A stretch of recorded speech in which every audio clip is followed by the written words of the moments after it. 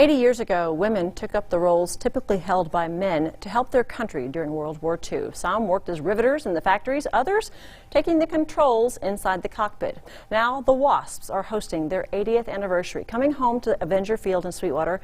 And aboard a C-47 today, I got a chance to meet Colonel Kathy Kosan, one of the first female pilot graduates of the U.S. Air Force in 1977, more than 30 years after the Wasp took to the skies.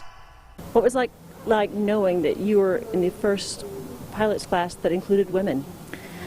I don't think I really, it didn't really sink in at the time. It was just a goal that I had, and I had actually reached it. So it was pretty cool. The nice thing was that there were 9 other ladies that were there with me, and then there were 40 guys in our class. So, and we all kind of started getting along. I got along with the guys probably a little bit more because I was younger than the other women. And we just kind of worked our way and went day to day and just kept trying to keep on keeping on. What did you know about the Wasp, if anything? I knew that they existed. After we graduated from pilot training, I actually got invited back to the University of Oklahoma up to Tinker to give a speech on, they were dedicating one of the women's dormitories for one of the Wasps that had passed away. And so I did all this research, and I learned quite a bit about the Wasps. And the funny thing is you know your audience on your speeches. And I ended up at the luncheon being the guest speaker, talking to 200 Wasps, and then basically taking my speech, throwing it in the trash can, and saying, "You know your history. Let me tell you what it's like now to go through pilot training and fly jets."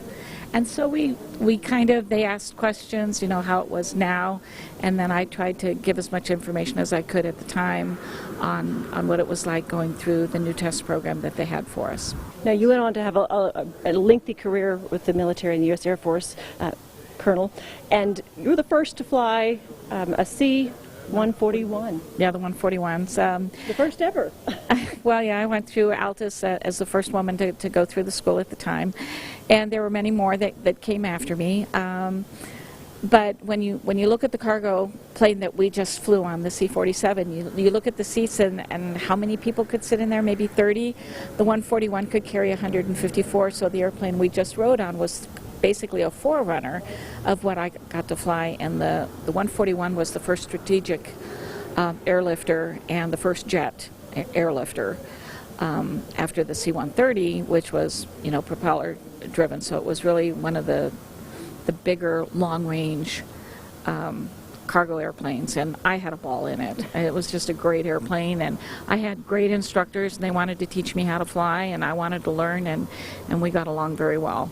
Any of the planes that the Wasp flew, because they flew just about every plane that the men did in World War II, any of the planes that they got to fly that you wish you could have flown? All of them.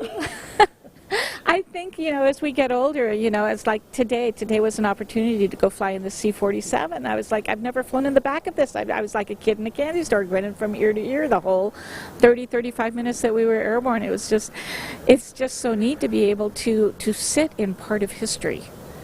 And then also relive the fact that the Wasps were flying, you know, all of these airplanes. They, as a matter of fact, were recruited by one of the plane manufacturers to fly one of the airplanes and bring it in and demonstrate. I believe they called it the Widowmaker, because of a lot of the guys were afraid to fly it because a lot of them weren't controlling it the way that it needed to be controlled, and if they lost an engine, then they over-controlled it and they crashed. And so the airplane manufacturer brought women in.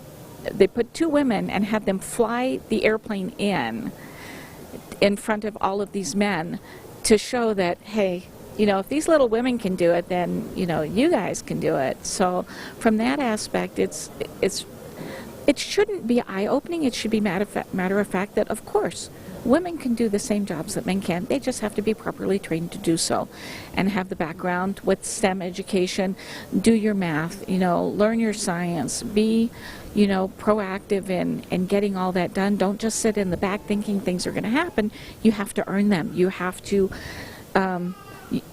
have the background in order to be able to do this, and we need to encourage more girls to get into the science fields so they can grow up and be comfortable around the areas that you need in order to succeed in in the more technical world. We talk about the WASP being pioneers of their era. Do you feel like a pioneer yourself? There are those that would say you are.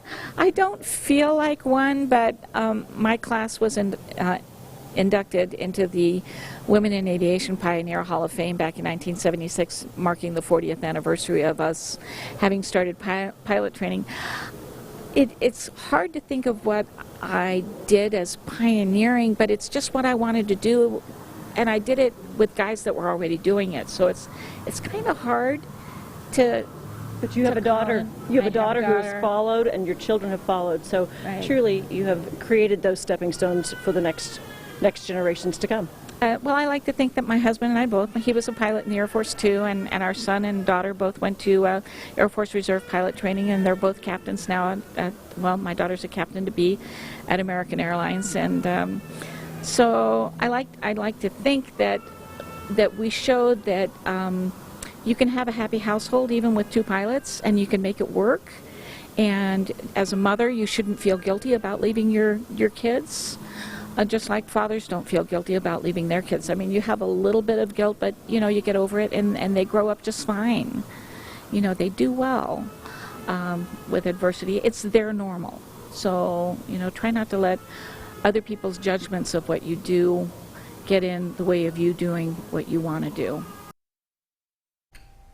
If you'd like to come out for the homecoming, it will be at the National WASP World War II Museum at 210 Avenger Road there in Sweetwater. The two-day event is today and tomorrow, April the 30th. You can get more information by going to waspmuseum.org. Also this morning, Dyess Air Force Base honoring those first female pilots. Dyess bringing in local ROTC groups as well as some collegiate groups, and hosted mentoring sessions with some of the airmen and women. Watercolor portraits of former WASP on display, as well as nearly 300 people honoring their service. Lieutenant Colonel Heidi Pallister with Dyess says without the WASP, she wouldn't be able to serve her country like she does now, and also says it provides her the opportunity to honor those before her by passing their legacy on to her young daughters. Personally, I have 4 little girls, so just to be able to showcase and show them that, you know, women can do anything that they want to do as long as they put their mind to it is huge. It's really important, right? Dyess also had a static air show featuring just some of their famous planes and female crew members like the B-1 and the C-130, as well as having some crews fly in from Florida and Oklahoma to show off their planes.